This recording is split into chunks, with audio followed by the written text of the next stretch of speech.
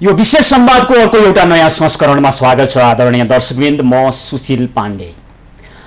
घट्दो विदेशी मुद्रा सञ्चितको कारण सरकारले आयातमा कडाई गरिरहेको छ, तर उता यसै बेलामा भने नेपाल प्रहरीलाई हात हतियार खरिदका निमित्त अर्थ मन्त्रालयले 84 करोड रुपैयाँ रकमान्तर गरेको छ। विदेशी मुद्राको सञ्चित गर्नुपर्ने बेलामा विदेशी मुद्रा खर्च गर्ने खालको यस्तो खालको रकमान्तर किन गर्यो भन्ने खालका आशंकाहरू भइरहेका छन् र नेपाल प्रहरीलाई किन्न लागेको हतियारमा कमिसनको चक्कर छ भनेर हल्ला पनि भइरहेको छ, चर्चा पनि चलिरहेको छ। आखिर के नेपाल प्रहरीलाई अत्यावश्यक भएर नै यतिखेर यो समयमा हतियार खरिदको प्रक्रिया अगाडि बढेको हो अथवा यहाँ कमिसनको चक्कर छ त? आज हामी यसै विषयमा कुराकानी गर्छौँ। हामीसँग हुनुहुन्छ पूर्व प्रहरी नायब महानिरीक्षक पूर्व डिआइजी केशव अधिकारी र नेपाल प्रहरीका केन्द्रीय प्रवक्ता डिआइजी टेक प्रसाद राई। स्वागत छ कार्यक्रम दुवैजना। धन्यवाद। राईजी, तपाईँबाटै सुरु गरौँ। के हो त यतिखेर हेर्नुहोस् त, विदेशी मुद्रा सञ्चयमा घटिरहेको अवस्था राष्ट्र अथवा श्रीलङ्का बन्ला कि भन्ने खालको परिस्थिति, यही बेलामा चाहिँ प्रहरीलाई हतियार चाहिएको छ। यो अत्यावश्यक नभएको कारणले किन्न लाग्या हो कि यहाँभित्र कमिसनको चक्कर छ पनि भन्छन्? के हो वास्तविकता भनिदिनुहोस् त। यो कसरी बाघ हराउनु भने जस्तै नै हो यो, होइन? जस्तो चाहिँ जसले विभिन्न मिडियाहरूमा आछन् हो नेपाल प्रहरीले हातहतियार किन्नु लागेको छ, गोली कठाहरू किन्नु लागिरहेछ। तर यो अहिले जसरी भनेको जस्तो चाहिँ अहिलेको नै यो असार मसान्तको अवस्थामा यो तपाईँको जुन आर्थिक डामाडोल भइरहेको अवस्थामा किन लागेको चाहिँ होइन। यो चाहिँ तपाईँको के भने नेपाल प्रहरीले लामो समयदेखि करिब 7 वर्षदेखि कुनै पनि हातहतियारहरू चाहिँ खरिद गरेको छैन। र यो गृह प्रशासन सुधार माग चित्त 2074 मा पनि हाम्रो एउटा कार्ययोजना छ। त्यस्तै गृह प्रशासन सुधार कार्ययोजना 2078 अनुसार नै यो अगाडि बढेर आएको हेर्नुहोस्। र यो कस्तो भने पहिलो स्थानीय चुनाव 2074 को सुरक्षा योजनामा पनि हामीले यति हात हतियार चाहियो भनेर नेपाल प्रहरीले माग गरिएको थियो, तर त्यो समयमा पनि हात हतियारहरू चाहिँ हामीले उपलब्ध भएको थिएन। यस्तो विषम परिस्थितिहरू भनौँ न, हामीले जुन एउटा लजिस्टिक गभर्मेन्टले दिनुपर्ने होइन, शान्ति सुरक्षा तपाईँको प्रहरी एउटा ठिङ्ग उभिएर मात्रै पनि हुँदैन। त्यस कारणले शान्ति सुरक्षा कायम गर्नको लागि पनि साथसाथै तपाईँको पहिलो चुनाव त हामीले गरायौँ 2074, त्यसपछि अर्को चुनाव पनि गराइयो र अहिले भर्खरै मात्र पनि हामीले स्थानीय चुनाव दोस्रो स्थानीय चुनाव पनि सम्पन्न गरेका छ है। यो स्थानीय चुनावको लागि हामीले कति हात हतियार चाहिन्छ भनेर हाम्रो एकीकृत सुरक्षा योजना सहित पनि हामीले माग गरेका छौँ। र अहिलेको यो हात हतियारहरू पहिलेको हाम्रो 2074 सालदेखिकै केही छैन, यसमा निरन्तरता हो। र तपाईँको चाहिँ यदि तपाईँले अस्ति पनि देख्नु होला है, जस्तो चाहिँ रौतहटमा हेर्नुहोस् के अरे एउटा चाहिँ ब्यालेट बक्सै लिएर गइरहेको त हेर्नुहोस्, प्रहरी पछि कुदिराखेको हामीसँग तपाईँ हेर्नुहोस् अहिलेको चुनावमा पनि त्यहाँ के गर्नु त होइन। यहाँहरूले राम्रैसँग चुनाव गर्नुभयो होइन, ठिकै छ त। चुनावमा खासै के भयो त, प्रहरी भनेको नेपाल प्रहरी नेपाली जनताको साथी, प्रहरी हाम्रो साथी यहाँको नारै छ। अब यसलाई घातक हतियार किन चाहियो, क्या गोलीगट्टा किन चाहियो? अब अन्तर्राष्ट्रिय अभ्यासमा अहिले प्रहरीलाई घातक हतियार विहीन बनाएर जनताको साथी बनाउने अभ्यास चलिरहेको छ। अब यहाँहरू चाहिँ हतियार चाहियो भन्नुहुन्छ है। त तपाईँले बडो राम्रो क्वेसनहरू उठाउनु भयो। अहिलेको युग भनेको मानव अधिकारको युग पनि हो एउटा, तर के भने होइन यो किन यो समयअनुसार नेपाल प्रहरीले मात्रै एक्लै सोचेर पनि हुँदैन, विश्वको जुन परिस्थितिहरू हेर्नु पऱ्यो। अहिले इन्टरनेसनल कता गइरहेछ, तपाईँको क्राइम कसरी बढिरहेछ होइन, त्यो आवश्यकता अनुसार अहिलेको अपराधको जुन खालको हेर्नुहोस् त आयाम छ प्रविधिबाट भइरहेको छ। यहाँलाई प्रविधि मैत्री बनाउनुपर्छ, प्रविधिबाट इक्विप बनाउनुपर्छ नेपाल प्रहरीलाई। कहाँ अब यो 12 वर्षको भनेको त्यो त समयअनुसार परिस्थिति अनुसार हुन्छ कि। तपाईँको कुनै तपाईँको गाउँघरमा जाँदाखेरि सामान्य अवस्थामा हामी युनिफर्ममा मात्रै लिएर जान्छौँ, तर भिड नियन्त्रणमा जाँदाखेरि हामी ढालडन्डा लिएर गएको हुन्छौँ। कहिलेकाहीँ तपाईँ एग्रेसिभ मुभमेन्टहरू हुन्छ त्यस्तो बेलामा तपाईँको कलम लिएर हुँदैन नि त्यसमा सशस्त्र प्रहरी बल छ होइन त्यसलाई कसरी प्रयोग गर्ने म त्यो विषय लिएर आउँछु होला राईजीका म फेरि आउँछु केशव प्रसाद अधिकारी पूर्व डिआइजी पूर्व पनि तपाईँ पनि केन्द्रीय प्रवक्तै भएर काम गर्नुभयो नेपाल प्रहरीको होइन ठिक छ एउटा फौजलाई हतियार चाहिन्छ सरसर्ती हेर्दाखेरि 7 वर्ष अगाडि सुरु भएको प्रक्रिया यहाँ राईजीले भन्नुभयो सरसर्ती हेर्दा ठिकै हो तर यतिखेर विदेशी मुद्रा सञ्चिति कम भइरहेको होइन अब हामीले विदेशबाट अत्यावश्यक सामग्री किन्न नसक्ने हो कि हामी आयातमा भर परिरहेको मुलुक श्रीलङ्का हुने हो कि भन्ने खालको अवस्थामा गुज्रिरहेको मुलुकमा यही समय बिन्दुमा हामी 84 करोड रुपियाँ चाहिँ विदेशी मुद्राबाट हतियार किन्दैछौँ यो कतिको आवश्यक हो भन्ने एउटा प्रश्न सँगसँगै आवश्यक 7 वर्ष अगाडि रहेछ यतिखेर कमिसनको चक्करले कुनै अमुक बिचौलियाको कारणले उसको बालुवाटारमा भएको पहुँचको कारणले यो कार्यान्वयनमा आउँदैछ भनेर बाहिर हल्ला सुन्नुपर्छ संसदमा त्यो कुरो उठेको हामीले सुन्नुपर्छ यस्तो पनि हुन्छ होला भन्नुहोस् त नेपालको बजारले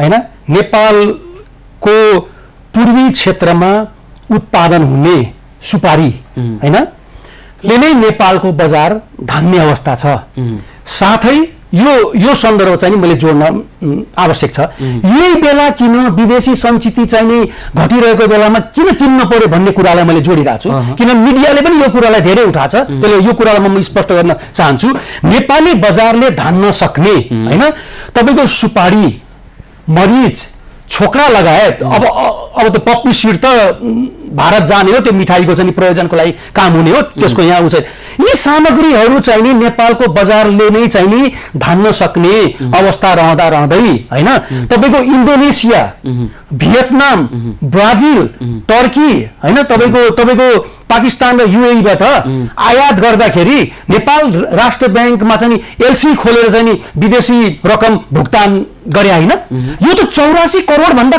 कति हो आखिर त्यो केको लागि नेपाली बजारमा चाहिँ खपत हुनको लागि हो तस्करी हुनको लागि हो त्यो अनि राज्यले नै गलत काम भयो यो गलत कामको पुष्टि हुन सक्छ सुन्नुस् न त यही खपत चाहिँ हुन्छ यहाँ हुन्न यहाँ हैन मैले भन्न खोजेको 84 करोड जुन चाहिँ नि रकम मेरो हो त्यो पनि यो जुन तपाईको इन्डोनेसियादेखि चाहिँ नि टर्कीसम्ममा नेपाल सरकारले एलसी खोलेर रकम भुक्तानी गर्यो नि अनुत्पादक चाहिँ यो सामानको लागि अहिले पनि नेपाली जनतालाई आवश्यक पर्ने 10 आइटम त नेपाल गभर्नमेन्टले आयात चाहिँ गरेकै छैन रोकिया छ के यो आयात गर्नुपर्ने विषय हो मैले भन्न खोजेको त्यो होइन यस्ता कुरामा हो यस्ता कुरामा चाहिँ नि के रे खरिद गर्न विदेशी सञ्चिति चाहिँ को कसैलाई चिन्ता भएन त्यो मान्यो ल अनि यो चाहिँ अहिले आवश्यक हो त यो पृष्ठभूमि म भन्छु हो म भन्नुहोस् न G2G सम्झौता गरेर सरकारदेखि सरकारसँग सम्झौता गरेर हतियार खरिद गर्न सकिन्थ्यो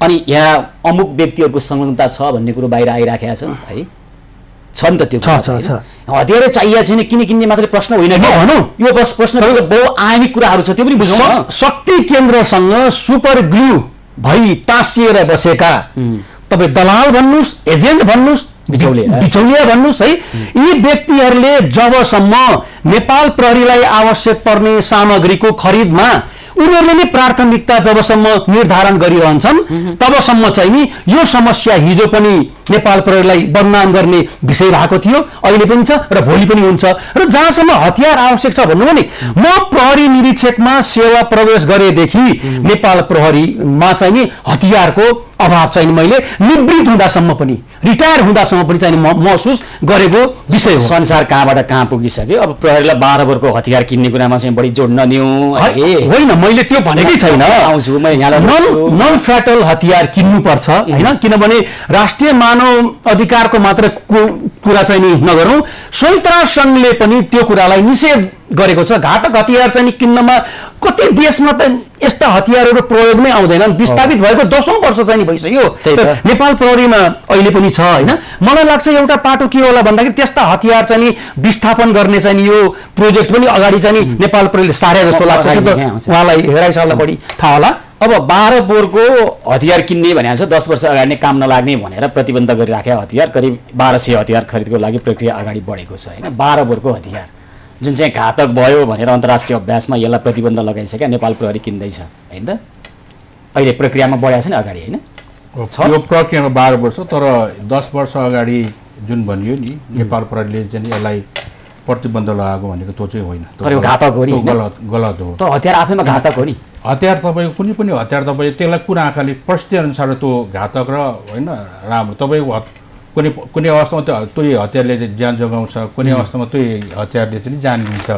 तर यो बाह्रबुरको कुरा चाहिँ मैले विभिन्न मिडियामा पनि आइरहेको छ कि चाहिँ नि मैले चाहिँ पढ्छौँ, हामीले पढ्दाखेरि मैले के देख्छु भने 10 वर्ष 12 वर्ष अगाडि नेपाल प्रहरीले त्यो बाह्रबुरलाई विस्थापित गरेको हुँदैन भनेर होइन मैले आइसकेपछि मैले पहिलेको डकुमेन्टेसन कहीँ के कुराहरू लेखेको छ कि हामीभित्र कहाँ दस्तावेजन गरेको छ कि त होइन। हेर्नुहोस् त्यो कुनै कालखण्डमा त्यसले गर्ने प्रभावको बारेमा अलिकति कुराहरू भयो होला, जस्तो चाहिँ त्यसले चाहिँ धेरै मान्छे नजिकबाट हान्दाखेरि धेरैलाई चाहिँ लाग्यो होला, घाइते भएको होला, त्यो बेलामा अलिकति कुरा उठेको होला त्यो समयमा।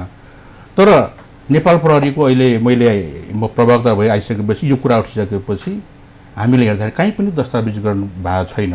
त्यही कारणले चाहिँ यसलाई कन्टिन्यू र हामीलाई आवश्यकता पनि छ, हामीलाई भिड नियन्त्रण लगायतका कार्यहरू गर्ने। त्यसमा दुईवटा कुराहरू हुन्छ। यसले हेर्नुहोस्, यसले त ह्युमन राइट प्रोटेक्सन पनि गर्छ, अरू जस्तो घातक पनि हुँदैन। हेर्नुहोस् यो हतियार तर एकजनालाई लक्षित गरेको व्यक्तिलाई भन्दा पनि यसले छरिएर जाने र धेरैलाई घाइते बनाउने भएको कारणले भित्र हामीले युज गर्ने कार्टिज गोलीहरूमा चाहिँ भर पर्छ।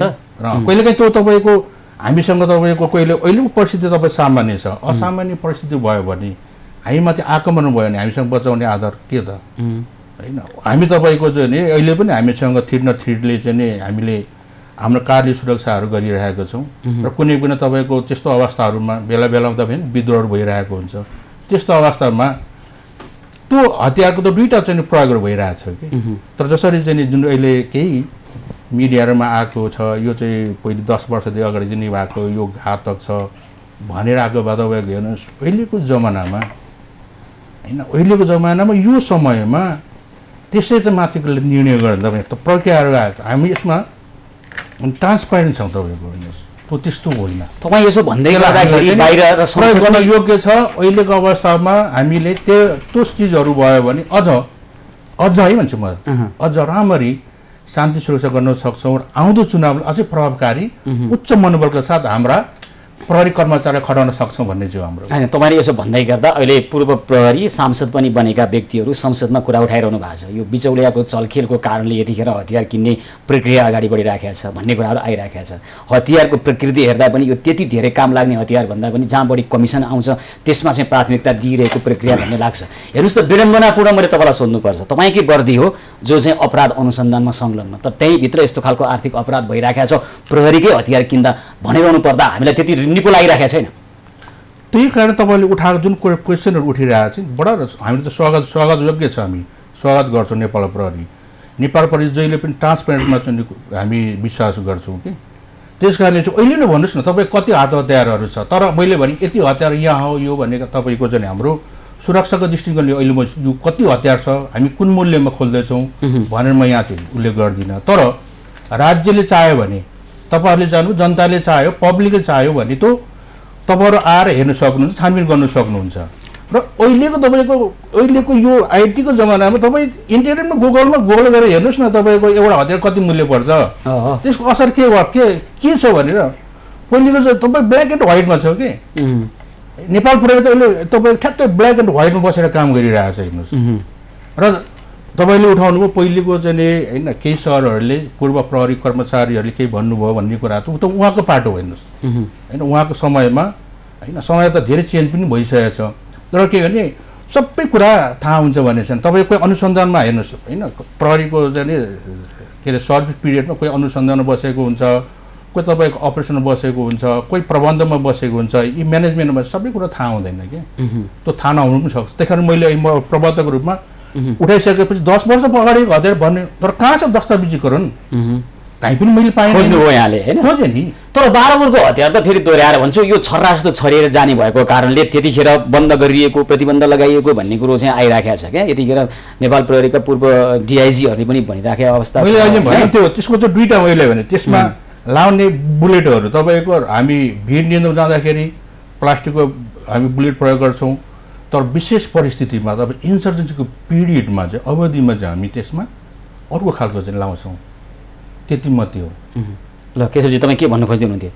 मैले भन्न खोजेको राई साहबलाई नै मैले सपोर्ट गरेर मैले भन्दैछु के भन्दाखेरि जस्तो नेपाल प्रहरीले ट्रान्सपेरेन्ट हिसाबले पारदर्शी हिसाबले हतियारको डिल गरिरह होला अन्य सामग्रीहरूको पनि डिल गरिरह होला कस्तो भयो भने यो अवस्था विद्यमान होला हामी पनि मान्छौँ तर यहाँ त खरिद प्रक्रियामा संलग्न भएका व्यक्ति विगतदेखिकै कि कालान्तरदेखिकै आज 1-2 वर्ष मात्र होइन कालान्तरदेखिकै व्यक्ति अहिले पनि संलग्न भएको हुँदा नेपाल प्रहरीको के अरे छवि के अरे स्वच्छ भए तापनि त्यसरी प्रश्न चाहिँ नि उठाउने अवस्था सिर्जना भए जस्तो मलाई लाग्छ के है तर त्यो कुरा के भन्दाखेरि यस्ता प्रवृत्तिका व्यक्तिहरूलाई नक्सल प्रवेशमा चाहिँ गेट लगाइदिएको भए हिजोको दिनमा लगाइदिएको भए र अन्य व्यक्तिहरू चाहिँ यो तपाईको खरिद प्रक्रियामा चाहिँ नि सहभागी गराइदिएको भए मलाई लाग्छ यस्तो विवाद चाहिँ नि खडा हुन्थेन एउटै व्यक्ति 20 वर्षसम्म उसको के त्यो संगठन चाहिँ नि पेवा हो र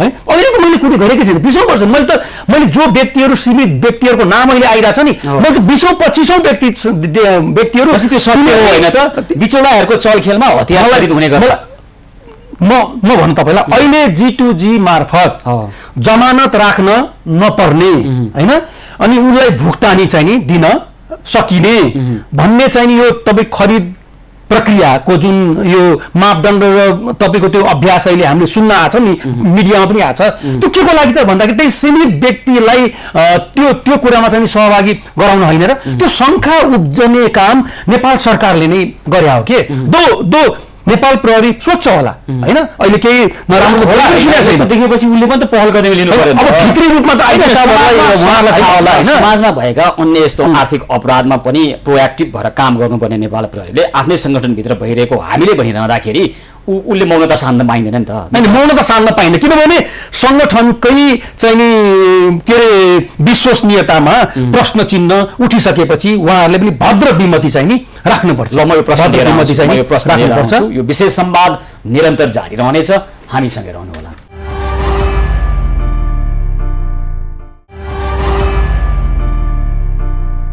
यो विशेष संवादको अर्को एउटा नयाँ संस्करणमा पुनः स्वागत छ आदरणीय दर्शकवृन्द आज हामी कुराकानी गरिरहेका छौं नेपाल प्रहरीले किन्न लागेको भनिएको हतियारमा यसको खरिद प्रक्रियामा अहिले जे जस्ता आशंकाहरू उब्जिरहेका छन् यो आशंकाका सम्बन्धमा पूर्व प्रहरी नायब महानिरीक्षक केशव अधिकारी र नेपाल प्रहरीका केन्द्रीय प्रवक्ता DIG टेक प्रसाद राईसँग ल राईजी के हो त भने ल तपाईहरु समाजमा भएका अन्य अपराधमा त प्रोएक्टिभ भएर काम गर्नुपर्ने संस्था संगठन एउटा आफ्नै तपाईको संगठनमाथि उठिरहेका प्रश्न पूर्व DIG ले भन्नु भएको छ पूर्व प्रहरी प्रवक्ता उहाँ हैन अनि यसमा के गर्नु त ल भन्नुस् त जस्तो यहाँले जुन भनेर राख्नु भएको विभिन्न मिडियामा आइरहेको कुरा हो आफ्नो संसदमा यो कुरा उठिरहेछ हैन त्यो उठिरहेछ भने तपाईको त्यसमा हैन प्रहरी संगठनको हैन साँच्चै इन्भल्भमेन्ट देखिन्छ भने त्यो भोग्न चाहिँ नेपाल प्रहरी तयार छ र अहिले जति पनि यो चीजहरु भइरहेछ हामीले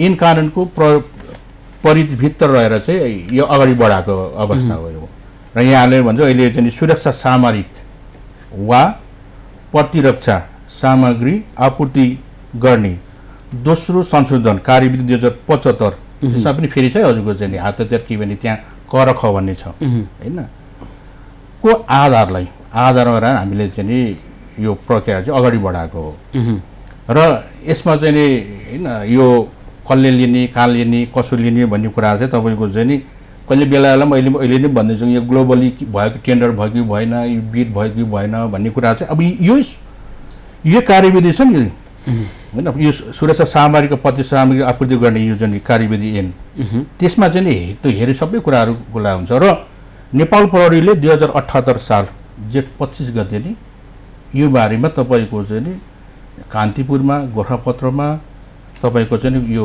बारेमा चाहिँ प्रकाशन पनि गरेको छ र म त अहिले पनि भन्छु हैन जसरी चाहिँ नि को बिचौलिया यो त उठिने गरिरहेको हो कुनै पनि राम्रो कामहरु गर्दाखेरि यस्ता चीजहरु उठ्छन् त्यो हो भने हैन स्टेट छ नि त हैन नेपाल प्रहरी मात्रै होइन नेपाललाई हेर्ने अन्य निकायहरु पनि छ तपाईको यस्तो सरकारी हुन्छ नि सरकारी संलग्नता रह्यो भन्ने आशंका त्यो सरकारमै रहेका व्यक्तिका वरिपरिका मानिसहरु हेर्ने अन्य निकायहरु छ त्यो निकायले चाहिँ हेर्दा हुन्छ हैन सुन्नुस् न नेपाल प्रहरीलाई 7 वर्ष अगाडि हतियार चाहिए रहेछ के ठिकै छ, हतियार चाहियो ल, हतियार चाहिन्छ कि चाहिँदैन अर्को बहस गरौँला।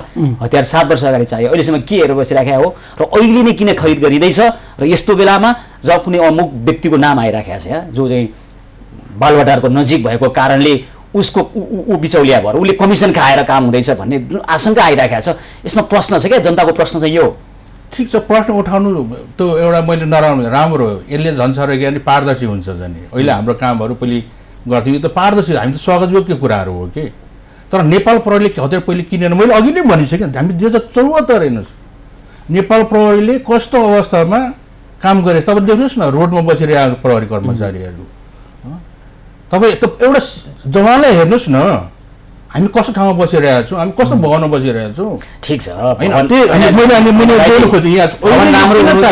हतियार राम्रो हुनुपर्छ तर त्यसमा कमिसन भयो कि भन्ने मात्रै प्रश्न यतिखेर चाहिँ त्यो मैले भनेको त्यो कमिसन भयो भएन त छानबिन गर्ने ठाउँ छ नि त। प्रहरी आफै पनि त हो नि त होइन, आफ्नै सङ्गठन आफैले लुकाउँछ भनौँ न, आफैले लुकाउँछ। तपाईँको अन्य निकायहरू छ नि होइन, त्यसले छानबिन गर्दा हुन्छ। र म तपाईँले हतियार किन पहिले किनेन भन्दाखेरि हामीले सीमित स्रोत साथ जहिले पनि हामी अभावमा बाध्य गरेर आइरहेको होइन। राज्यले अब तिर्दैन त के गर्नुहुन्छ होइन। त्यही पनि तपाईँले म सुनाउँछु, जस्तै अस्ति एमसिसीको विरोध राजधानीमा भयो, तर हामीसँग त राइट कन्ट्रोल गियरहरू चाहिँ पूर्ण रूपमा थिएन है, यहाँ के भइहाल्छ कि भन्ने कुराहरू। त्यसपछि हामीले चाहिँ नि हाम्रो प्रहरी कार्यालय चाहिँ नजिकको छ नि, कोही पोखरा होला ठाउँबाट लिएर हामी शान्ति सुरक्षा कायम गरेका छौँ। त्यस्तै तपाईँको त तराई आन्दोलन चाहिँ हेर्नुहोस्, तराई आन्दोलनमा हामीसँग चाहिँ नि त्यही कुनै पनि प्रहरी कार्यालयमा पर्याप्त मात्रामा सुरक्षा दिन सक्ने हामीसँग अस्वभाव हात हतियारहरू थिएन। त्यस कारण हामी पहाडबाट तराई हारेर हामी शान्ति सुरक्षा गरेका छौँ। यस्तो अभावमा हामीले काम गरिरहेछौँ।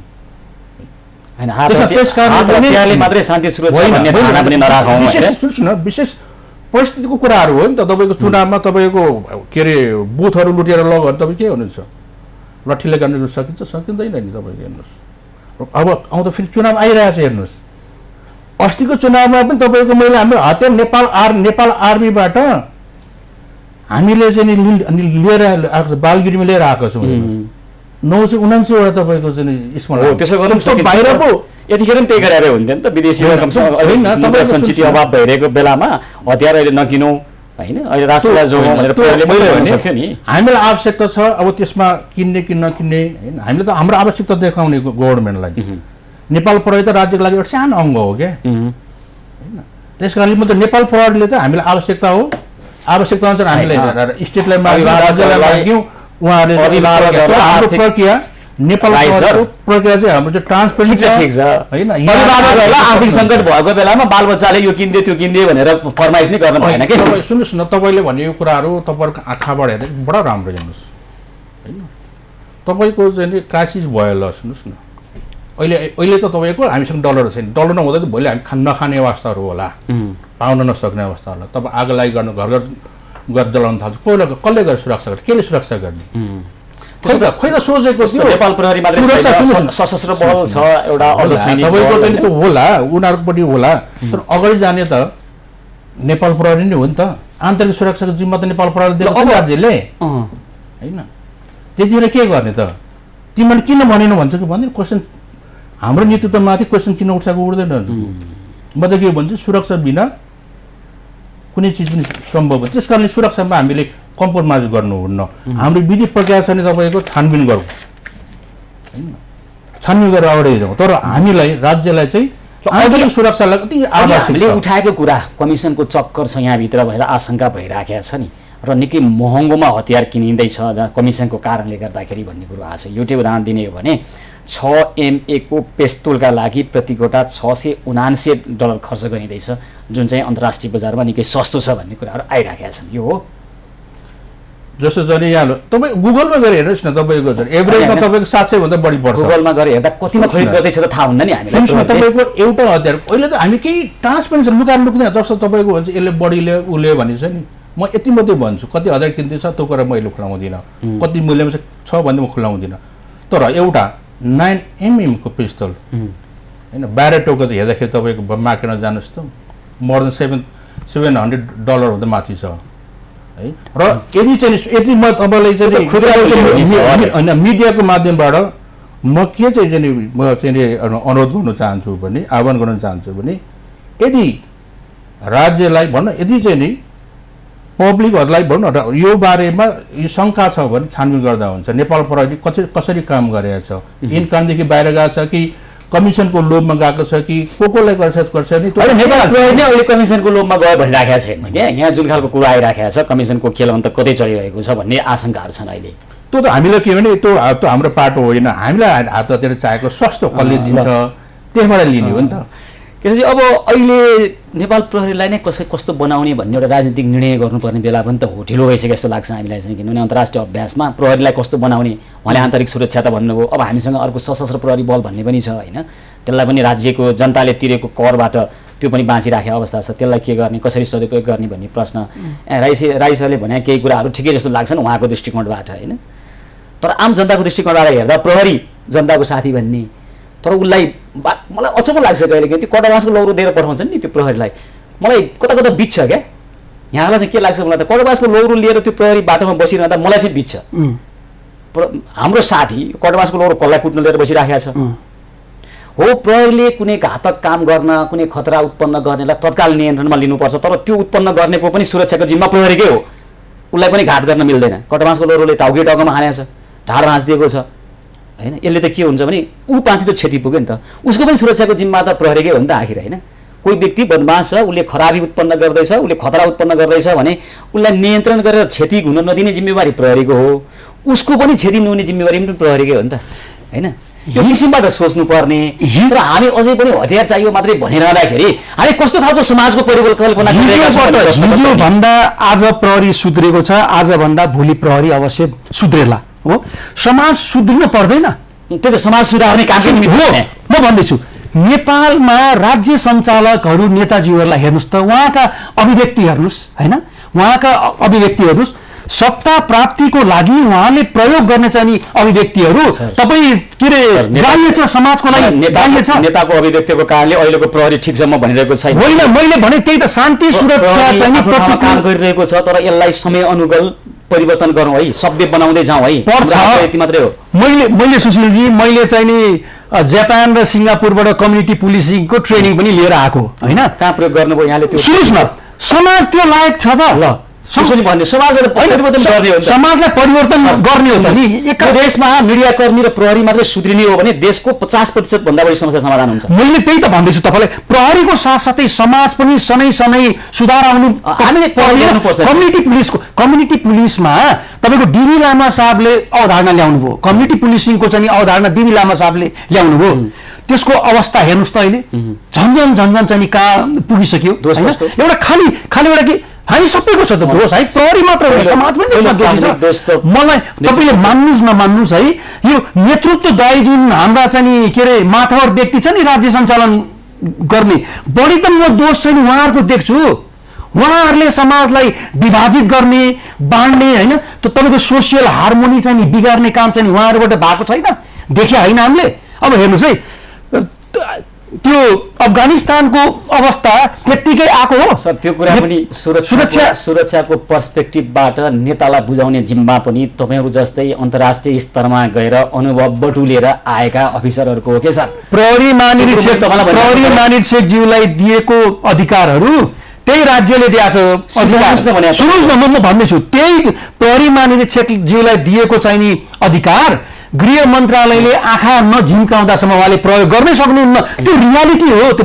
हामीले पनि भोगेर आएको छ मलाई सम्भवतः लाग्छ आज भोलिका अफसर साहबहरूले पनि त्यो चाहिँ नि नियति भोग्नु भएको सक्ने काबिल अफिसरहरू जानु पर्यो नि त हाम्रो उद्देश्य भने नेपाल प्रहरीमा काबिल अफसर छैन होला त्यो देखिएन किन छैन होइन नेपाल प्रहरीमा काबिल अफसर छैन होइन सरले चाहिँ मलाई प्रश्न राख्न दिनुहोस् न यहाँको वर्दी देख्दै गर्दाखेरि एउटा आम जनताको अघि यहाँले भन्नुभयो नि हामी गाउँमा जाँदा वर्दी मात्र लगाएर गए पनि हुन्छ त्यहाँ के भइरहेछ भने वर्दी देखेपछि खालको त्रास उत्पन्न हुन्छ डर उत्पन्न हुन्छ तपाईको वर्दीबाट कोही एउटा नागरिकलाई त्रास उत्पन्न भयो भने यो तपाईहरुको असफलता हो तपाईप्रति सम्मान उत्पन्न हुनुपर्छ सुरक्षाको भाव उत्पन्न हुनुपर्छ त्यसो हुन सकिरहेको छैन त्यसो गर्ने प्रयत्न पनि भइरहेको छ त्यो नहुन सक्छ तर मैले चाहिँ के भन्छु नि तपाईँ हेर्नुहोस् अहिले हामी बेला बेलामा जस्तो चाहिँ जन्मदेखि मृत्युसम्म चाहिँ हामीले नै खोजिरहेको हुँदो रहेछ यो पेसा के यो पेसा भने त्यस्तो पेसा रहेछ हेर्नुहोस् है। जस्तो चाहिँ तपाईँले भन्छु कोही मान्छे बाटोमा लडाइँ गरिरहेको हुन्छ होइन, अनि कसलाई भने पुलिस, बाटोमा कुकुर मरेर म लडिरहेको भर गरिरहेको छु के हो कसलाई बोलाउने पुलिस। अब तपाईँको चाहिँ एक्सिडेन्ट भयो पुलिस, मान्छे झुन्डेर मरेको छ पुलिस होइन। त प्रत्येक उसमा चाहिँ पुलिस कामलाग्दो जिनिस हो नि त यो होइन। तपाईँको चाहिँ यो त्यस्तो पेसा रहेछ तपाईँ हेर्नुहोस् ठिक हो। अनि यता कता आएको त्यसलाई त हामी कानुनी कारबाही गरिरहेका छौँ। र म तपाईँको मैले जोड्नु खोजेको के भने समयानुकूल जस्तै हात यताहरू यो नेपाल प्रहरी तपाईँले लामो दण्ड भन्नु पनि बडा राम्रो कुरा उठाउनु भयो कि त्यो दण्ड हामीसँग भएकै त्यही छ त। हामीलाई राज्यले हामीलाई माग्छौँ दिएको छैन। तपाईँको त एउटा दण्ड हुन्छ नि तपाईँको, त्यसले हिर्काउँदाखेरि पनि त्यति नपर्ने हुन्छ। र तपाईँले मैले भन्छु जस्तै यो अहिले प्रहरीले किन त यो मागो होइन, हामीले मागिरहेको छौँ हेर्नुहोस्। तपाईँको गृह प्रशासन सुधार मागेको छ 2074मै हामीलाई नेपाल प्रहरीले आधुनिकीकरण गर्दै लानुपर्छ भनेको छ तपाईँको हेर्नुहोस्। र तपाईँको गृह सुधार कार्ययोजना 78मा पनि के भनेको छ भने स्पष्ट हामीले के भन्छ भने हात हतियार खड्गजना भिड नियन्त्रक असाप आदिलाई समयानुकूल आधुनिकीकरण गर्ने भन्ने हामीले होइन। मैले तपाईँको यो कार्ययोजनाभित्र त यो त ठुलो छ तपाईँको त्यहाँ चाहिँ तपाईँले चाहनु भयो भने हामी चाहिँ त्यो गएर हेर्नु सक्नुहुन्छ। यो अमूर्त भयो होइन, आधुनिकीकरण गरिने अमूर्त कुरा हो।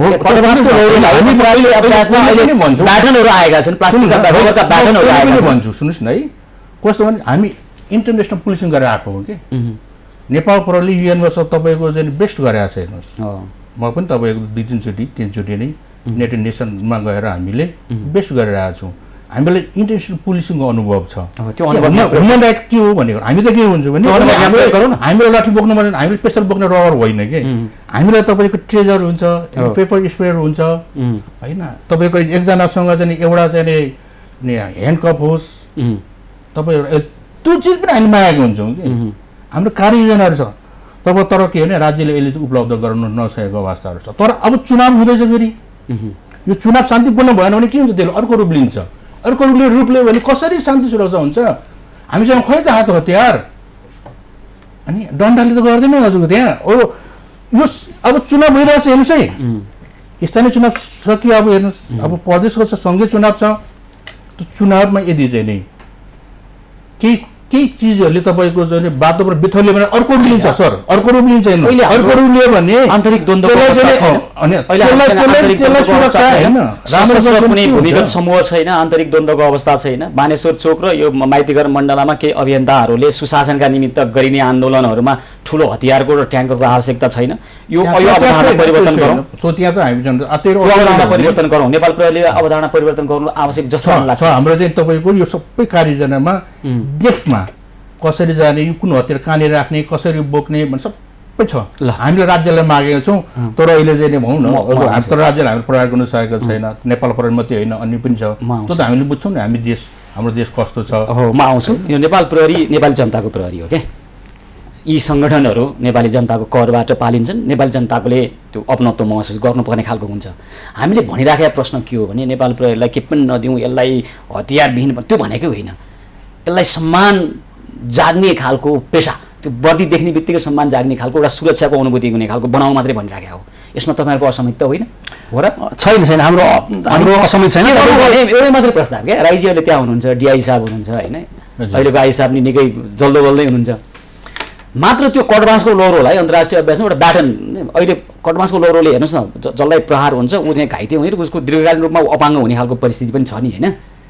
जसलाई हामीले प्रहार गर्छ उसले तत्काल चाहिँ उसलाई अहिले दुख्ने तर दीर्घकालीन रूपमा असर नगर्ने अन्तर्राष्ट्रिय स्तरमा प्लास्टिक रबरका ब्याटनहरू आएका छन्। त्यति मात्रै हामीले प्रतिस्थापन गर्यौँ भने पनि अघि धेरै परिवर्तन हुन सक्छ। सुशीलजीकै कोरामा म जोड्छु। अघि राई साहबसँग हाम्रो अनौपचारिक गफ हुँदाखेरि उहाँले के भन्नुभयो, कटबाँस जुन चाहिँ शान्ति सुरक्षाको लागि प्रहरीलाई अहिले चाहिँ नि फ्रन्ट लाइनमा राखेर दिइन्छ, त्यो कटबाँस चाहिँ नि नभएर बाँसको चाहिँ नि कप्टेराहरू बनाएर पनि ड्युटी चाहिँ नि गरियो भन्नुभयो उहाँले।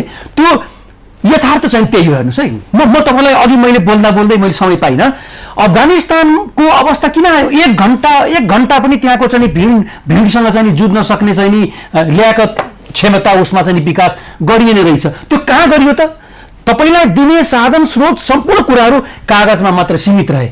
त्यो नेपाल प्रहरीमा चाहिँ हुनु हुँदैन। त्यो तपाईँले भने जस्तो इक्विपमेन्टहरू चाहिँ नेपाल प्रहरीलाई चाहिँ दियोस् त उसले त्यो कटबासको चाहिँ लौरो बोकेर हिँड्नै पर्दैन उसले टाउकोमा हानेर चाहिँ हिँड्दैन र अर्को कुरो समाजको ठेकेदारी लिएका व्यक्तिहरूले पनि चेतनामूलक कार्यक्रमहरू जनताको बीचमा लैजानु पर्ने होइन। एउटा कुरा के हो भने शान्ति सुरक्षा केवल हतियारको विषय मात्र होइन राजनीतिक विषय हो के सुशीलले एउटा कुरो मात्रै नियन्त्रण गरेर एउटा कुरो म चाहिँ तपाईँलाई म जोड्न चाहन्छु है अहिले लेटेस्ट होइन लेटेस्ट चाहिँ नि तपाईँको त्यो यो हदम्यादको बारेमा बलात्कारको चाहिँ नि हदम्यादको बारेमा र यो अपराध गरे बापत यो अपराध कमिट गरे बापत यो चाहिँ नि सजाय हुन्छ भन्ने कुरा छ नि त्यो जनताको घर दैलोमा जाँदै जान्न तिनलाई सुसूचित गर्न चाहिँ पर्दैन कानुन मात्रै बनाएर हुन्छ त्यसलाई चाहिँ नि त्यसलाई के अरे जनताको दैलोसम्म गएर चाहिँ नि यो अपराध गरे बापत तपाईँ त्यो क्षेत्रमा हेर्नुहोस् है सयौं चाहिँ एनजिओ छन् फेरि नेपालको कानुनको बारेमा व्याख्या गर्ने होइन महिला हकितको सम्बन्धमा लड्ने सयौं चाहिँ नि सङ्घ संस्थाहरू छन् खोइ तिनी चाहिँ फिल्डमा मौसमी खेती गरेर हुन्छ मौसम अनुसार चाहिँ नि छाता ओड्ने अनि सम्पूर्ण चाहिँ कुरा चाहिँ के अरे राज्य संयन्त्रको लागि लडिरहेको सुरक्षाकर्मी चाहे नेपाल प्रहरी होस् चाहे सशस्त्र आर्मी अनि तिनी माथि मात्रै चाहिँ नि तपाईँको थोपरेर हुन्छ जस्तो मलाई लाग्दैन कि किनभने अगुवाले के थोपरे हो अगुवाले नै बाटो हिँडिरहेको छ कि हामीले त के थोपेर राखेका छैन होइन यो सुध्रियोस् यो राम्रो तपाईँ कानुन बनाउनुहुन्छ जनतासम्म चाहिँ त्यसको कुनै जानकारी संविधान बन्दाखेरि जनताको चाहिँ यहाँ कहाँ जोडियो के जनतालाई सुन्नुहोस् न मैले भन्दैछु कानुनको कुरा होइन त यो शक्ति प्रदर्शन चाहिँ त तपाईँलाई जोड्न मात्रै मैले खोजेको तपाईँले भन्नु संविधान बन्दाखेरि नेपालको सर्वोच्च कानुन हो नि त बन्दाखेरि जनतालाई चाहिँ नि जानकारी गराउने हिसाबले तपाईँहरूले मात्रै चाहनु भयो भने पनि जाँदा पनि त्यो भएन कि आउँछ है त्यसरी तपाईँ राईजीहरूले मात्रै चाहनु भए पनि यो कटमासको लौरो विस्थापित हुन सक्छ क्या सर तपाईँहरूले चाहनु हामीले ठुलो कुरो होइन कोसिस गरिरहेको रबर बाटन त्यति धेरै महँगो विषय पनि होइन तपाईँले बडा राम्रो क्वेसन उठाउनु भयो कि हाम्रो एउटा टोपी किन्दा त क्वेसन उठाइएको छ यहाँ हेर्नुहोस् है एउटा टोपी किन्दाखेरि एउटा बुट किन्दाखेरि त ब्याटन त भने चाहिँ त्यो ब्याटन किन चाहियो नेपाल प्रहरीलाई कटबासको भयो नि बेतको बनायो भइहाल्थ्यो नि होइन प्रहरीले क्षति पनि होइन हतियारभन्दा कम क्षति हुन्छ हजुरको होइन त्यो ब्याटन भन्दा त बढी क्षति भयो नि त फेरि होइन होइन हतियारको दाँजोमा त रबरको ब्याटन भन्दैछु म त रबरको ब्याटन भन्नुभएको हजुरले पो के अरे सेकेन्ड पर्सपेक्टिभले हेर्नु भएको छ पोजिटिभ पर्सपेक्टिभले हेरेको छ अघि भन्नु पनि होइन त्यस कारणले चाहिँ नि मैले एउटा टोपी किन्दा त त्यो पोजिसन उठाइरहेको छ होइन मैले भन्छु निश्चित उठाउनुपर्छ तर चाहिँ विधि विधान प्रक्रिया पुऱ्याएर उठाउनुपर्छ भन्ने हो त्यही कारण ब्याटन उठाउनु त्यो किन्नुलाई चाहिँ तपाईँको त्यति ठुलो कुरो होइन र स्टेटले चाह्यो भने कि हामीले त देखेको हामीले त पठाएको छौँ कार्ययोजना बनाएर पठाएको छ हेर्नुहोस् त्यो कार्ययोजना मलाई भन्नुहोस् त कहिले पठाउनु भयो होइन तपाईँको चाहिँ हाम्रो तपाईँ गिरफार सुधार कार्ययोजना आधुनिकीकरण भन्नुभयो अलिक अमूर्त सुन्नुहोस् न अमूर्त होइन त्यहाँ तपाईँले चाहिँ कुन उसमा कुन युनिटमा कति चाहिन्छ कति स्टाफ छ होइन त्यसमा कुन हतियार दिने भन्ने सबै छ कि तपाईँको यसले चाहिँ यहाँ हामी यो आधी घन्टाको 1 घन्टाको बहसमा होइन तर तपाईँले हेर्नु चाहनुहुन्छ भने हामी देखाइदिन्छौँ ल हुन्छ म यो विषय लिएर आउँछु यो विशेष संवाद निरन्तर जारी रहनेछ हामीसँगै रहनुहोला।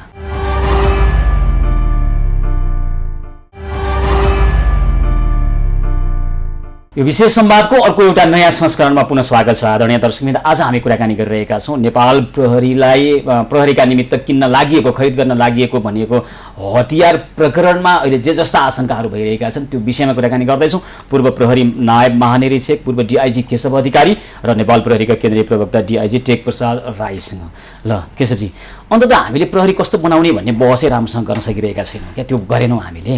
उदाहरणका निमित्त हेर्नुहोस् न सेवाग्राहीहरूको भेट लाग्ने प्रहरी कार्यालयको गेट थुनिएको हुन्छ अनि 2 जना प्रहरी चाहिँ बन्दुक तेर्साएर बसेका हुन्छन्। त्यस्तो पनि कुनै प्रहरी कार्यालय हुन्छ होइन। तपाईँले ठिक भन्नुभयो प्रहरी सेवा भनेको निःशुल्क सेवा हो। प्रहरी सेवा लिनको लागि कुनै शुल्क चाहिँ नि दिन पर्दैन। शुल्क तिरिसकेका हुन्छन् नि। मैले के भन्न खोजेँ भने तपाईँको हाम्रो मानवीय व्यवहारमा पनि कहीँ कमी कमजोरी छ। निकट अतीतमा पनि गएर हेर्ने हो भने प्रहरीको व्यवहारको कारणले गर्दा संगठनको विश्वसनीयता माथि नै क्षति पुगेको त हामीले पनि देखेका छौँ नि। मैले यो थप्न खोजे के भन्दाखेरि प्रशिक्षणका विविध आयामहरूलाई पनि हामीले केलाउनु चाहिँ नि पर्छ। सनातनी प्रशिक्षणका चाहिँ अवधारणा र अभ्यास तपाईहरु अन्तर्राष्ट्रिय अनुभव लिएर बस्नुभएका अफिसरहरू हुनुहुन्छ हैन, धेरै गर्नु पर्दैन क्या। यो एउटा सेवाग्राहीको भिड लाग्ने प्रहरी कार्यालयमा जब प्रहरी चाहिँ बन्दुक तेर्साएर बसिराखेको हुन्छ त्यहाँ सामान्य नागरिक कुन हिम्मतले जान्छ? मैले त्यही त भन्दैछु, तपाईको सनातनी तपाईको प्रशिक्षणका आयाम र अभ्यासहरुमा पनि समयानुकूल चाहिँ नि तपाईको संशोधन चाहिँ नि हुँदै जानुपर्छ। र एउटा कुरो म जोड्छु लास्टली, तपाईलाई मलाई अनुमति दिनुहुन्छ भने इटालियन बेरेटा कम्पनीले र नेपाल प्रहरीले अहिलेको जुन विवादित विषय छ नि हतियार खरिदको, त्यसले आफ्नो वेबसाइटमा राखेको छ हैन, मूल्य छ, मापदण्ड छ, सबै कुराहरू छ हैन। त्यो हो कि होइन भनेर चाहिँ नि चेक गर्नको लागि गुगल पनि त चेक गर्न सबैले सक्छ नि, अहिले त आइटी हातमै छ हाम्रो हैन।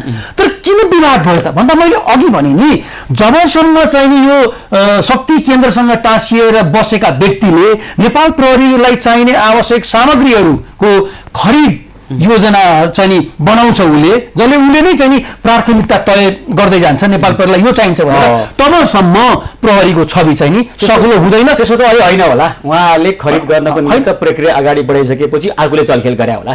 के भन्नु हो? प्रक्रिया त उहाँले अगाडि बढाउनु भयो नि, तपाईँ भन्दै हुनुहुन्छ शक्ति केन्द्रमा के चाहिन्छ त्यही सीमित छन् नि, त्यही सीमित छ हो। यिनीहरूलाई प्रवेश निषेध नक्सालमा नहुँदासम्म नेपाल प्रहरीले राम्रो काम चाहिँ गरे तापनि शङ्का चाहिँ नि रहेछ। अब नक्सालमा चाहिँ ती व्यक्तिहरूलाई मैले प्रहरी कार्यालय सेवाग्राहीहरूको भिड लाग्ने प्रहरी कार्यालयहरूमा जाँदाखेरि अनौठो लाग्छ क्या, त्यहाँ गेट थुनिएको हुन्छ अनि बन्दुक लिएर बसिराखेका हुन्छन् प्रहरी। कसका निमित्त? त्यो सुरक्षाका निमित्त आम जनताले नदेख्ने किसिमबाट सुरक्षा व्यवस्था पनि मिलाउन सकिन्छ नि हैन। यहाँले भनेको कस्तो भने समय अनुसार परिस्थिति अनुसार गर्ने। तपाईँले चाहिँ नि सायद कुनै हाम्रो गाउँहरूमा जानुभयो कि भन्ने लाग्छ।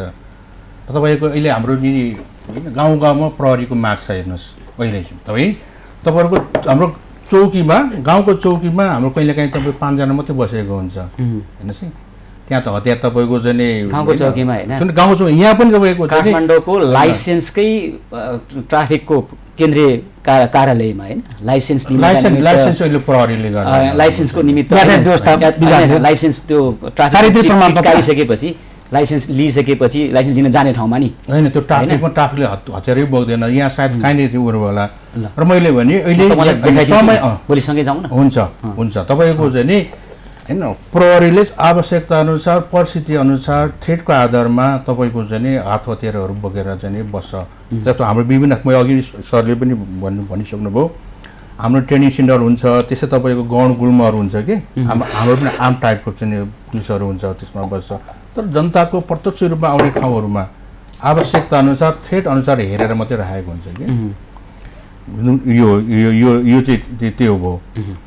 र अर्को कुरा तपाईँको चाहिँ यो अहिले जुन अघि कुरा उठाउनु भएको छ, अहिले चाहिँ प्रहरीलाई होइन हात हतियार सधैँ बसेको हुन्छ, यसलाई चाहिँ नि अलिकति के अरे मोडर्नाइजेसन बनाउने कि नबनाउने भन्ने कुराहरू चाहिँ मैले भने आन्तरिक सुरक्षा जहिले पनि है, फेरि पनि भन्छु आन्तरिक सुरक्षा नेपाल गभर्मेन्टले नेपाल प्रहरीले दिएको छ। आन्तरिक सुरक्षा मात्रै होइन, शान्ति सुरक्षा प्लस अनि अपराध अनुसन्धानको पार्ट अफ दिएको छ हेर्नुहोस्।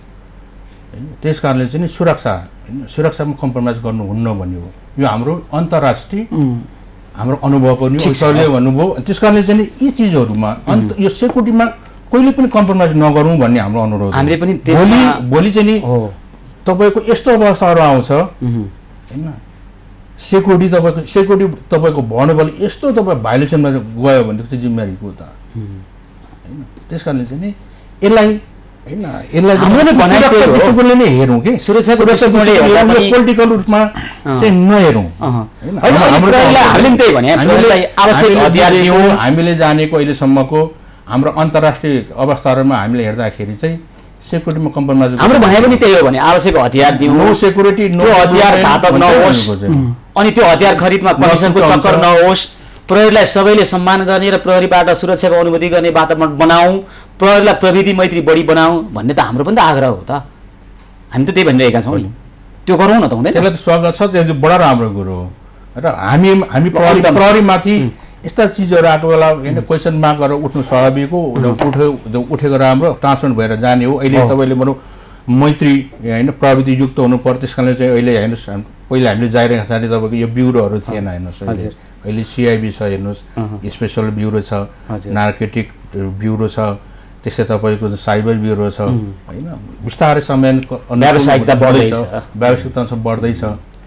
ल अन्तमा लगेपछि त्यो के गर्नु त भने समग्र प्रहरीलाई आम जनताको प्रहरी हो यो होइन, त्यसकारण यसलाई अझ जनताले माया गर्ने, जनताले विश्वास गर्ने, जनता डराउने होइन, योबाट त्रास पालेर बस्ने होइन क्या, जनताले सम्मान गर्ने, जनताको सुरक्षाको त्यो प्रत्याभूति हुने खालको कसरी बनाउनु त्यो सङ्गठनलाई अन्तमा भन्नुहोस् त। नेपाल प्रहरीको मनोबल उच्च गर्ने खालका होइन तपाईँको प्रोजेक्टहरू अगाडि सार्नु पर्यो, जुन कि नेपाल प्रहरीले चाहिँ नि बेला बेलामा चाहिँ नि आफ्नो प्रोजेक्टहरू पनि मस्कुर मन्त्रालयहरूमा पेश गरेका छ होइन। यहाँ त मनोबल चाहिँ नि खस्काउने बाहेक केही पनि काम छैन। म फेरि पनि जोड दिन्छु, तपाईँको श्रीलङ्काको के अरे उहाँको तपाईँको अफगानिस्तानको अवस्था चाहिँ प्रहरीको जस्तो नियति यहाँ झेल्न नपरोस्। ल राईजी तपाईँबाट कार्यक्रम सक्छु।